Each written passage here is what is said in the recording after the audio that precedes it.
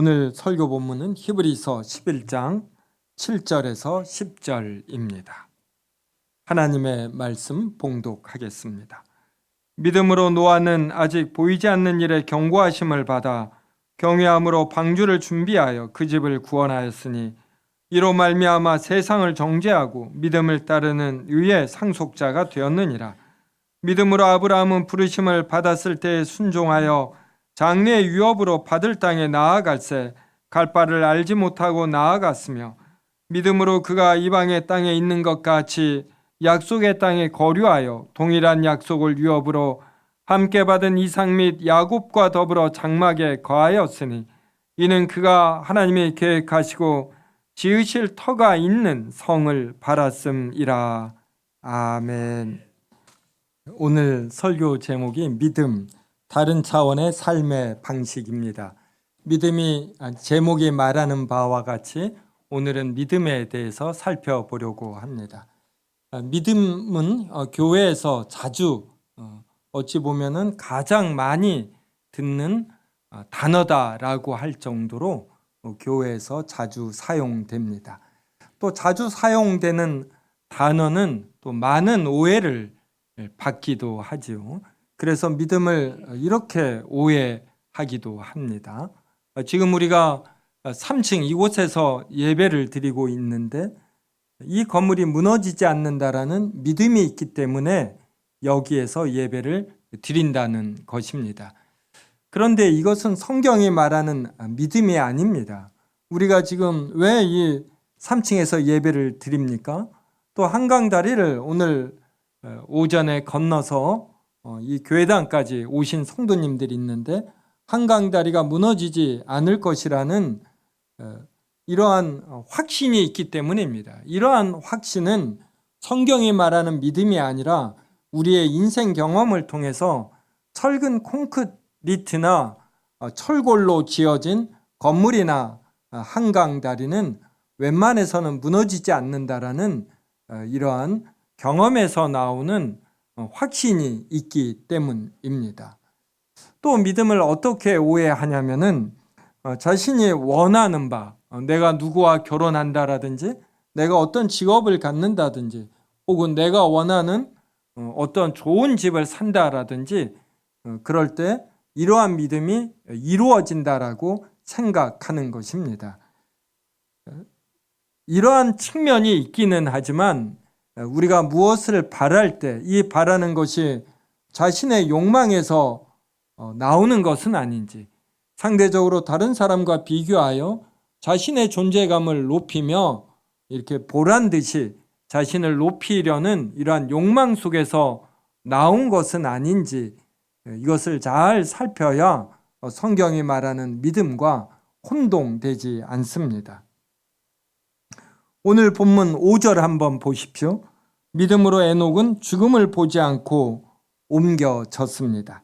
그는 옮겨지기 전에 하나님을 기쁘시게 하는 자라는 증거를 받았는데 왜 이렇게 주님을 기쁘시게 하는 자라는 증거를 받았을까요?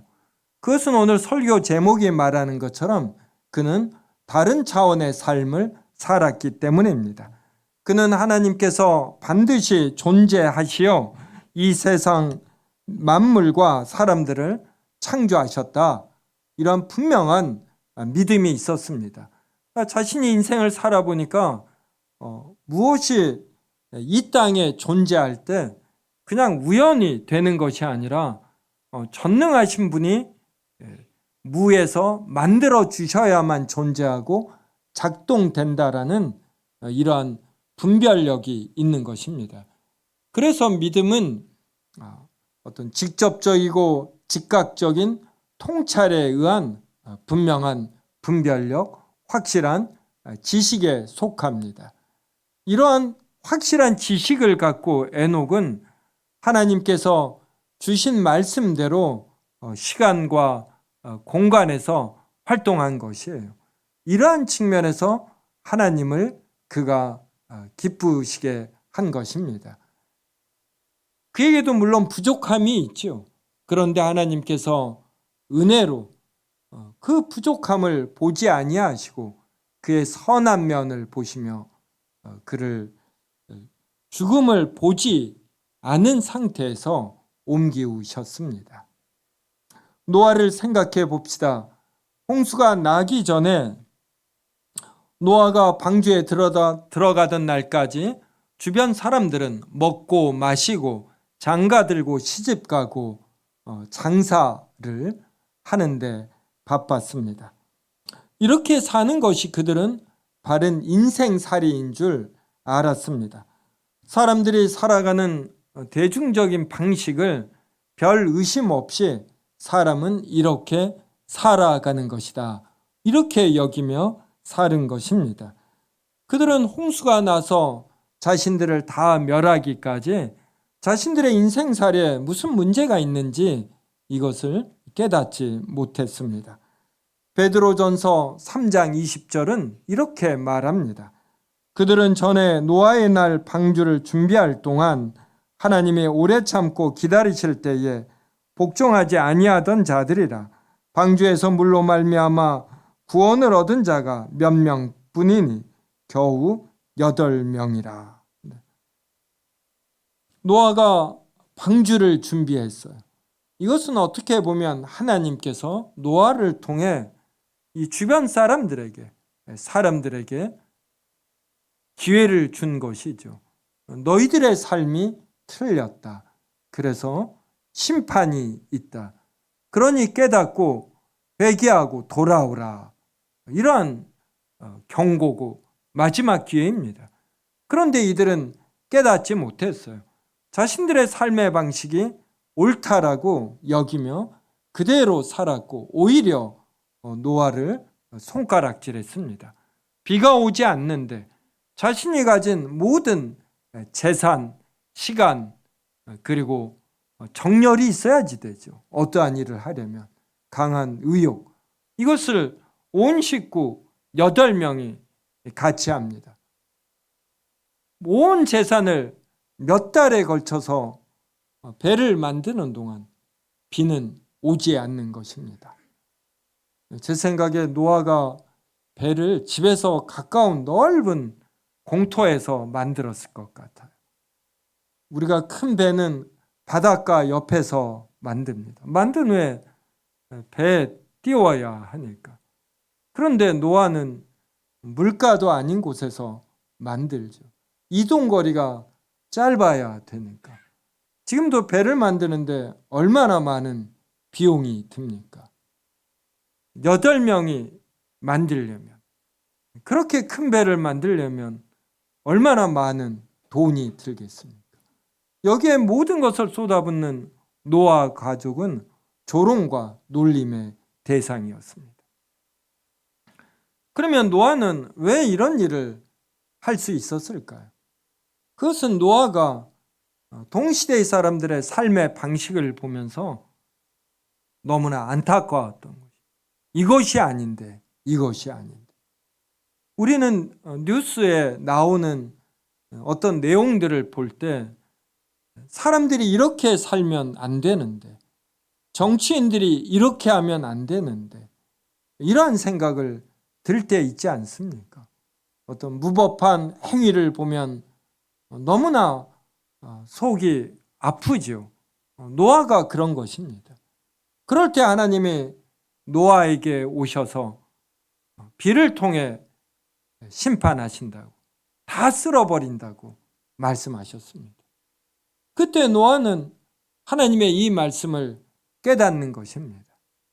하나님의 형상으로 지음을 받은 사람, 자신의 존재, 그리고 자신의 존재가 거하는 이 시간과 공간의 우주, 이 모든 걸 하나님께 선물로 받은 존재가 하나님의 형상을 지닌 사람답게 살지 못하고 개처럼, 고양이처럼 살아가는 것이에요. 그래서 노아가 하나님께서 이 말씀을 하실 때 오히려 마음에 편함이 있었을 것입니다. 아, 맞아. 하나님 말씀이 알려주신 것처럼 이렇게 사는 것이 사람의 삶의 방식이지. 확인을 받으며, 그래서 노아는 흔들림 없이 자신의 모든 것을 바쳐 방주를 준비할 수 있었던 것입니다. 아브라함도 노아와 마찬가지입니다. 하나님께서 노아에게 방주를 준비하라. 그래서 8명만 살림을 받고 그 이후에 그의 후손으로 이루어진 하나님의 말씀에 맞는 삶, 이것을 노아에게 하나님께서 요구하셨죠. 하나님은 아브라함에게는 가나안 땅을 제시하셨습니다. 그 가나안 땅에 아브라함과 그의 후손이 하나님의 말씀대로 사는 삶을 살라. 이것을 하나님은 원하셨어요. 그때 아브라함도 노아처럼 깨달았습니다. 그래서 자신의 고향, 친척, 아버지 집, 모든 익숙하고 기득권에 속한 것들을 버리고 가나안 땅으로 가는 것이에요. 그 당시 먼 곳으로 이동해 얼마나 많은 위험이 있습니까? 지금도 소말리아 해적처럼 현대에도 국가 차원의 해적이 있습니다. 조선시대 때 이 숭실대 옆에 있는 고개가 살피제. 왜 살피제이냐면 험한 짐승들이 나오고 산적들이 많이 나와서 여기는 꼭 살피고 가야지 된다. 조선시대에도 그랬는데 아브라함의 때에는 얼마나 더 많은 강도의 위험 등이 있겠습니까? 실제로 가나안 땅에 옮겨져 이방인의 서름을 많이 겪었지요. 또 흉년의 어려움도 겪었습니다. 이 모든 것을 겪으면서도 아브라함은 믿음이 있는 것이에요. 사람이라면 어떻게 살아야지 되는가, 이러한 직접적이고 즉각적인 통찰로 인한 분명한 분별력이 있는 것이에요. 그래서 이러한 삶이라면 자신이 가진 모든 것을 바치고 그렇게 살아도 아깝지 않은 것입니다. 그가 바란 것은 이 땅의 풍요함과 명예가 아니라 10절 보십시오. 하나님이 계획하시고 지으실 터가 있는 성이었습니다. 하나님이 주체가 되시어 하나님의 뜻과 계획과 능력으로 세우실 성을 바라봤습니다. 아담이 떠나온 하나님이 아담에게 주었던 에덴 동산과 같은 낙원을 아브라함은 바라며 가나안 땅으로 갔던 것입니다. 히브리서 11장 15절과 16절을 한 절씩 읽겠습니다. 그들이 나온 바 본향을 생각하였더라면 돌아갈 기회가 있었으려니와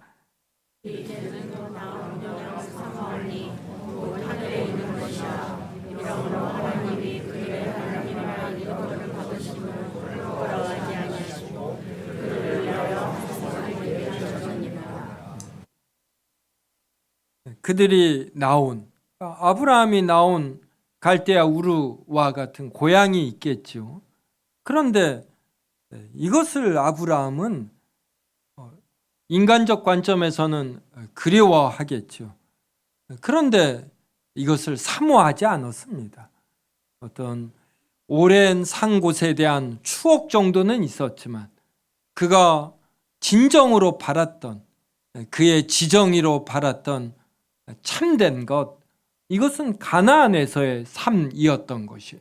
그리고 가나안에서의 삶은 하나님이 주체가 되어 하나님이 다스리시는 새하늘 새 땅, 참된 예루살렘 성인 것입니다. 이 성을 아브라함은 바라보았기 때문에 그가 가나안 땅에서 살며 고개를 돌려 그가 왔던 고향 땅, 이곳을 바라보지 않았습니다.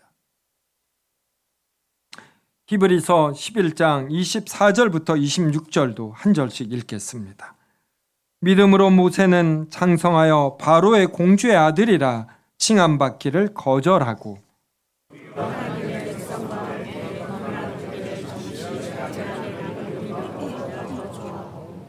같이 읽습니다.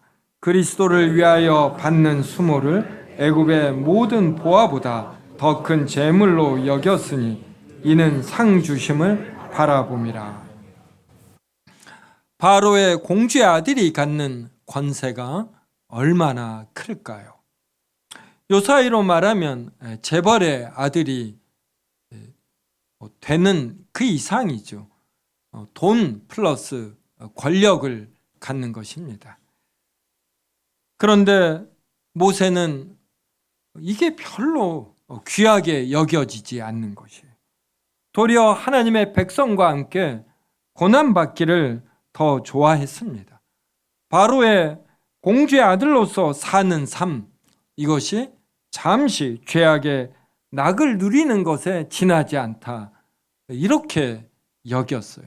그래서 우리에게 믿음이 있으면 아주 좋은 집에서 풍족하게 여행도 하며 사람도 부리며 사는데 이게 죄악의 삶처럼 여겨지는 것이에요. 우리 성도들 중에 이런 삶 사시는 분 계시다면 죄악처럼 여기지 마셔요. 여기서 죄악의 삶을 누린다라는 것은 이런 삶 자체가 나쁘다는 것이 아니라 이런 삶만으로 지속되는 삶을 살 때 나쁘다. 하나님의 말씀의 가치를 모르고 이런 물질적인 풍요함에 머무는 것, 이게 죄악의 삶이다, 이러한 것입니다. 그래서 우리에게 믿음이 있으면 이렇게 교회당에 모여서 예배 끝나고 컵라면 먹어도 이게 이렇게 좋은 것입니다. 성도와 즐겁게 교제하면서 비록 풍요하지 않지만 누추한 음식을 먹어도 이것이 마음에는 더 풍요로움으로 다가오는 것이에요.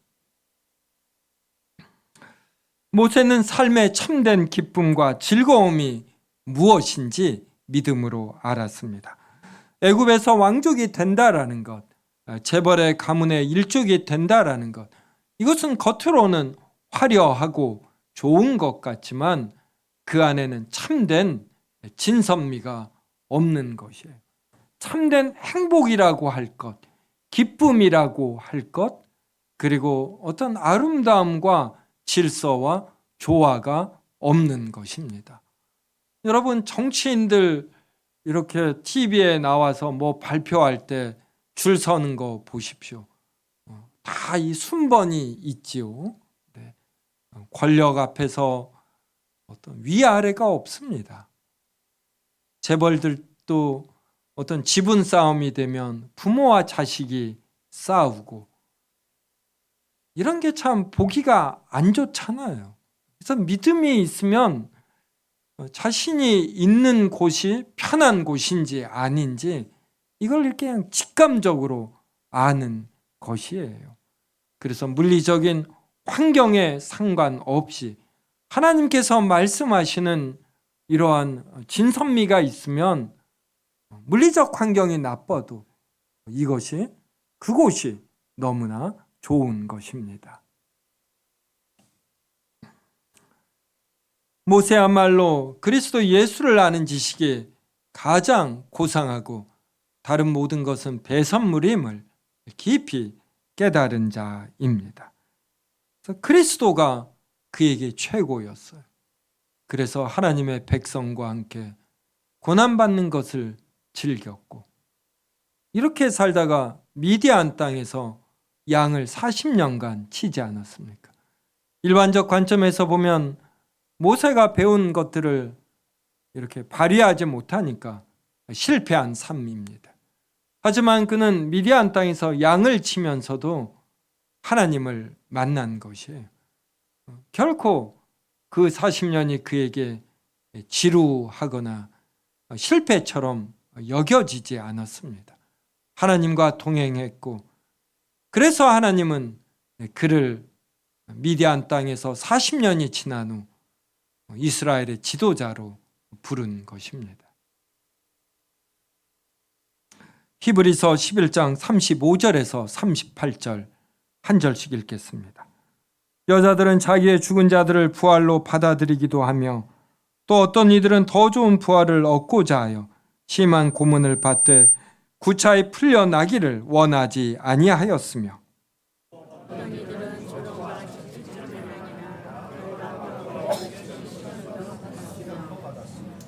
돌로 치는 것과 톱으로 켜는 것과 시험과 칼로 죽임을 당하고 양과 염소의 가죽을 입고 유리하여 궁핍과 환난과 학대를 받았으니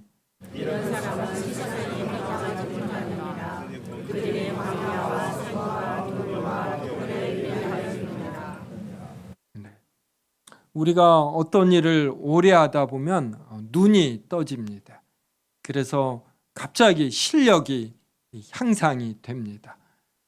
어떤 분야에 10년간 종사하면 가라는 말을 붙인다고 그래요. 미술과 도예가 이렇게. 그래서 어느 날 갑자기 눈이 떠지는 것처럼 믿음이 그렇습니다.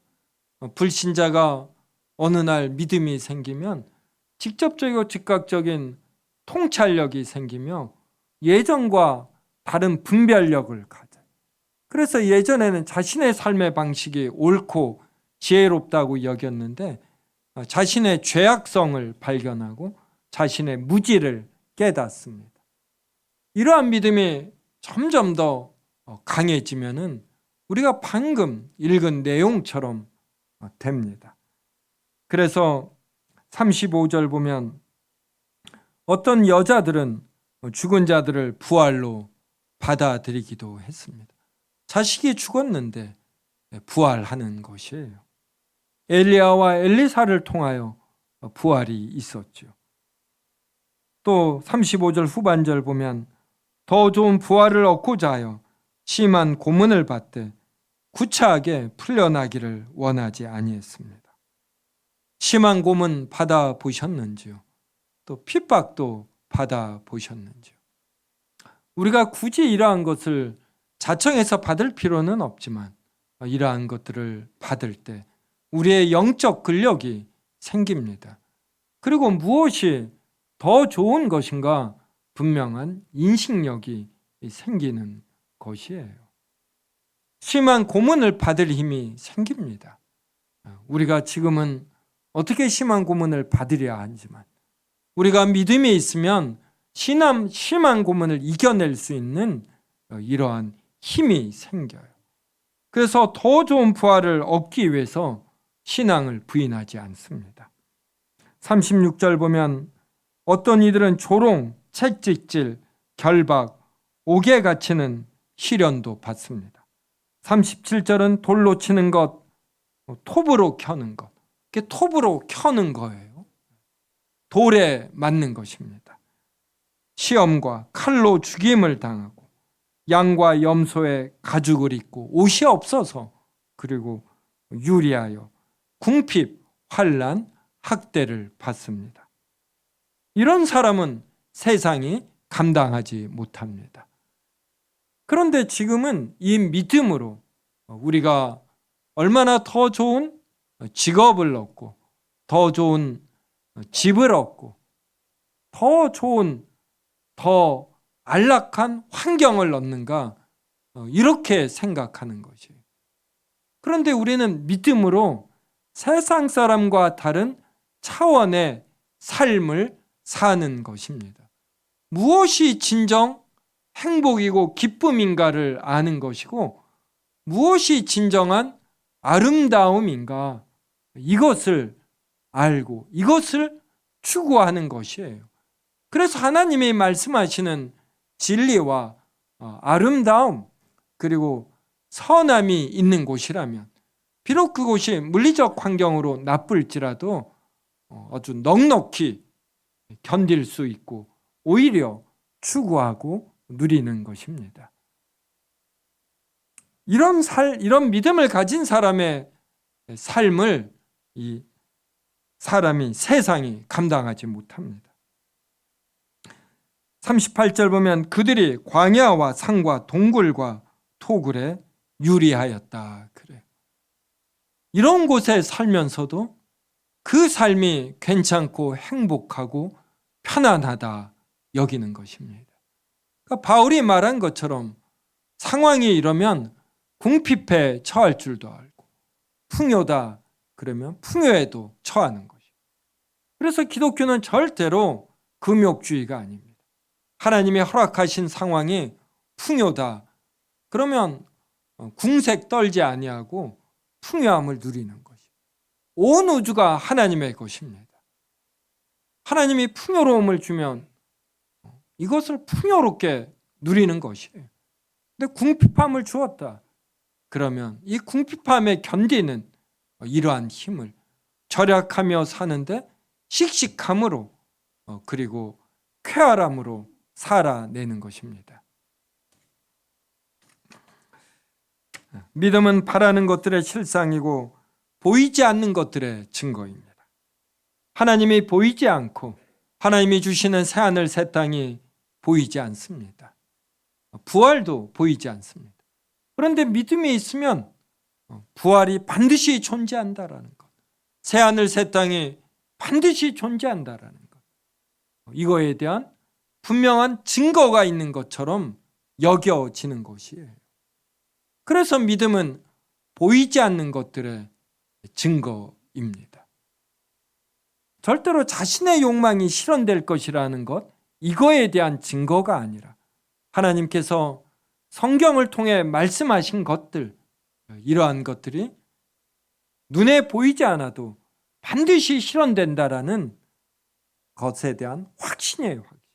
확실한 증거가 있는 것처럼 믿음이 있으면 여겨지는 것입니다. 우리가 무엇을 바랍니다. 바라는 것은 보이지 않고 이루어지지 않은 것이. 그런데 이루어진 것처럼, 실현된 것처럼, 실체가 있는 것처럼 이렇게 확신을 갖게 돼요. 믿음이 있으면. 저는 제가 죽으면 제 영혼이 즉시 거룩해져 하나님의 영접을 받아 천국에서 산다라는 분명한 믿음이 있습니다. 천국 눈에 안 보입니다. 저는 꿈에 본 적도 없어요. 그래도 확실한 증거처럼 저는 확신을 가져요. 그래서 아예 목사를 직업으로 가졌습니다.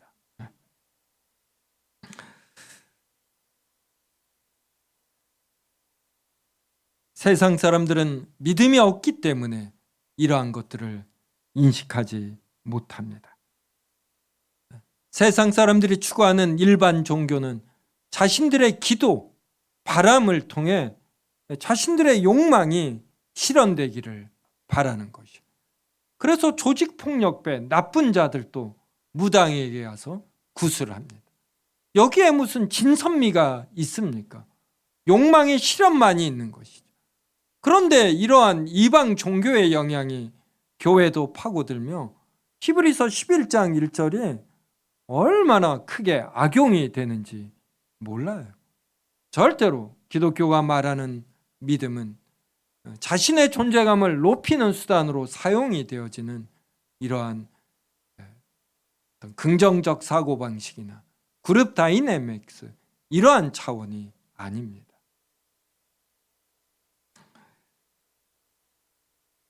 세상 사람들은 돈과 명예와 권력과 오래 사는 것을 추구합니다. 죽음 앞에서 헛된 것들에 지나지 않는데 말입니다. 전도서가 모든 것이 헛되고 헛되니 헛되고 헛되다 그래. 이때 이 헛되다의 뜻이 뭐냐면 겨울에 우리가 호하면은 이렇게 수증기가 일지요. 또 안경이나 유리를 닦을 때 우리가 숨을 불어넣습니다.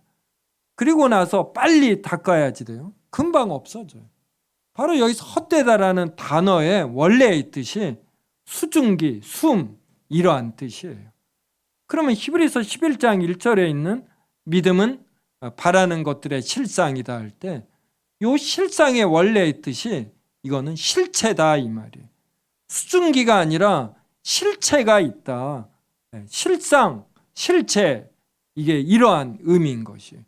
그래서 우리는 확실한 것을 갖는 것이고 세상 사람들은 헛된 걸 갖는 거예요. 수증기나 수음을 갖는 것입니다. 예수 그리스도 없이 헛되지 않은 것이 없습니다. 그런데 사람들은 이것을 깨닫지 못하고 추구합니다. 빈손으로 왔다가 빈손으로 가는 것이 인생인데 이 짧은 인생에서 많은 것들을 손에 쥐려고 합니다. 수증기를 손에 우리가 쥘 수가 없어요. 우리는 히브리서 11장 1절이 말하는 것처럼 바라는 것들의 실상을 믿음으로 손에 쥡니다.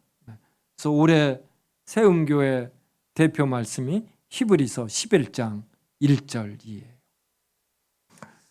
어제 뉴스를 봤는데 저는 말로만 들었는데 어제 뉴스를 통해서 확실히 알았습니다. 제가 가르치는 신학생 한 분이 삼성전자에 근무하는데 레포트를 썼는데 삼성 가문에 이런 유전병이 있다, 이런 레포트를 한 파라그래프를 썼더라고요. 그래서 긴가민가 했는데 제가 과문했는지 어제 뉴스에 나왔더라고요. 범삼성가를 괴롭힌 유전병이 있다고 합니다. 유전자 돌연변이로 인해서 손과 발의 근육이 점점 수축되는 것입니다. 이 병의 이름이 샤르코마리투스 병인데, 샤르코마리투스 세 사람의 이름을, 이 병을 발견한 사람의 이름을 딴 것이라고 합니다. 자막에 있는 것처럼 이병철 창업주의 부인께서 이 병을 앓으셨고, 이건희 전 회장도 앓으셨고, 현재 이재현 CJ그룹 회장이 이 병으로 투병 중이라고 합니다. 이 땅에서 이렇게 많은 것을 이루어도 손과 발이 위축이 되는 유전병, 유전자 돌연변이로 인한 유전병을 앓으면 이걸 충분히 누리지 못하는 것이에요. 이 병을 앓는 사람에게 재산이 1조, 2조라는 것이 무슨 의미가 있을까요? 하물며 우리가 다 죽습니다. 죽어요. 빈손으로 왔다 빈손으로 가는 것이죠. 수위에는 주머니가 없어요. 죽기 직전에는 기관지 염으로 많이 돌아가셔요. 이게 가래를 못 뱉어서라고 합니다. 가래를 뱉을 힘이 없는 것이요. 눈을 깜박거릴 힘이 없고, 그런 사람이 이 땅에 10조의 재산을 쌓아도 가져갈 수가 없는 것이에요. 그럼 범삼성가는 유전자 돌연변이로 인한 유전병을 앓아요. 그런데 모든 사람의 유전자에 있는 병이 무엇인 줄 압니까? 때가 되면 노화가 되어 죽는다라는 거예요. 우리는 범삼성가의 유전병에만 관심을 둘 것이 아니라 이 땅에 있는 모든 사람이라면 유전병을 앓고 있구나, 노화와 죽음이라는 병을 앓고 있구나, 이걸 보아야지 됩니다. 그러면 이러한 분명한 사실 앞에서 가치 있는 것이 무엇인가, 이걸 생각해야지 되죠. 그러니까 믿음이 있는 사람은 이걸 생각하는 거예요. 그러니까 모세가 보니까 궁중의 삶이 화려합니다. 냉철히 보니까 권력이에요, 권력. 살기 위해서라면 폴더 인사를 해야 하는 곳이 궁중에서의 삶인 것이에요. 여기에는 진정한 평안과 상대방을 위한 배려가 없구나, 이걸 온몸으로 깨닫는 것입니다. 그래서 잠시 죄악의 삶을 누리는 것보다 하나님의 백성과 함께 고난의 삶을 누리는 것이 모세에게는 훨씬 의미가 있어요. 그래서 기꺼이 이스라엘 백성을 위해서 애굽 사람을 쳐 죽이는 것이고, 그리고 미디안 땅에서도 40년을 넉넉히 보내는 것입니다.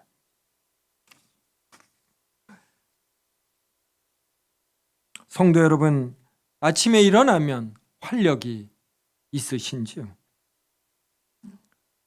믿음이 있는 자는 활력이 있어야 합니다. 하나님의 영광, 진리, 사랑, 이러한 것을 생각하면 어떤 무기력함에, 자기 사랑에 빠질 공간은 작아져요. 우리는 우리 안에 남아있는 부패성 때문에 본능적으로 자기 중심적입니다. 어떠한 상황에서도 모든 사람은 자신에게 이익이 되는 방향으로 생각하고 자신의 존재감이 높아지기를 바랍니다. 그런데 우리는 늘 자신을 부인하는 것이에요. 그리고 자기 십자가를 지고 예수 그리스도를 따르는 것입니다. 그때 우리는 하나님의 영광과 진리를 갈망해요. 하나님의 영광과 진리가 드러나고 구현되기를 바라고, 이것이 되지 않을 때 노아와 아브라함처럼, 그리고 소돔과 고모라에 살았던 의인 롯처럼 마음이 힘든 것입니다.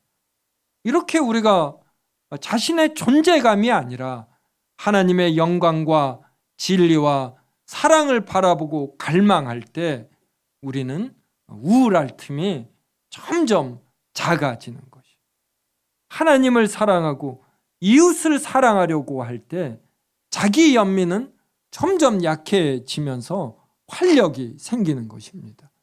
그래서 진정한 마음의 평안과 안정은 하나님과 타인에게 집중할 때입니다. 그때 사소한 많은 것들을 넘어설 수가 있어요. 저도 사역하다 보면, 또 사람들과 밖에서 여러 관계를 설정하다 보면 스트레스가 있지 않습니까? 사안별로 생각하면 미궁에 빠집니다.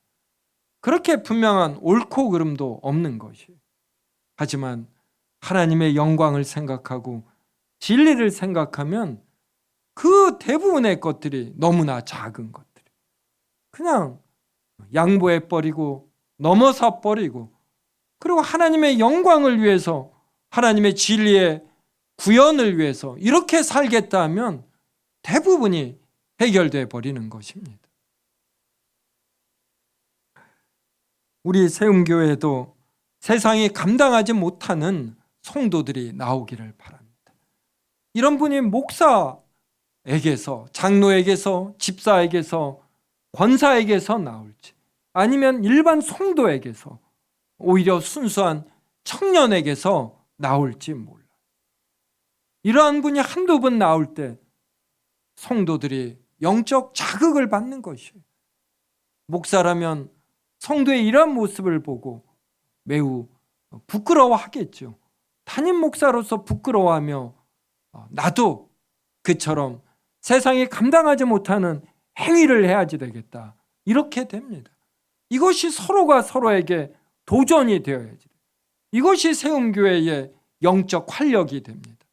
이것이 빠지면 기독교는 그냥 문화와 교양이 되는 것이에요.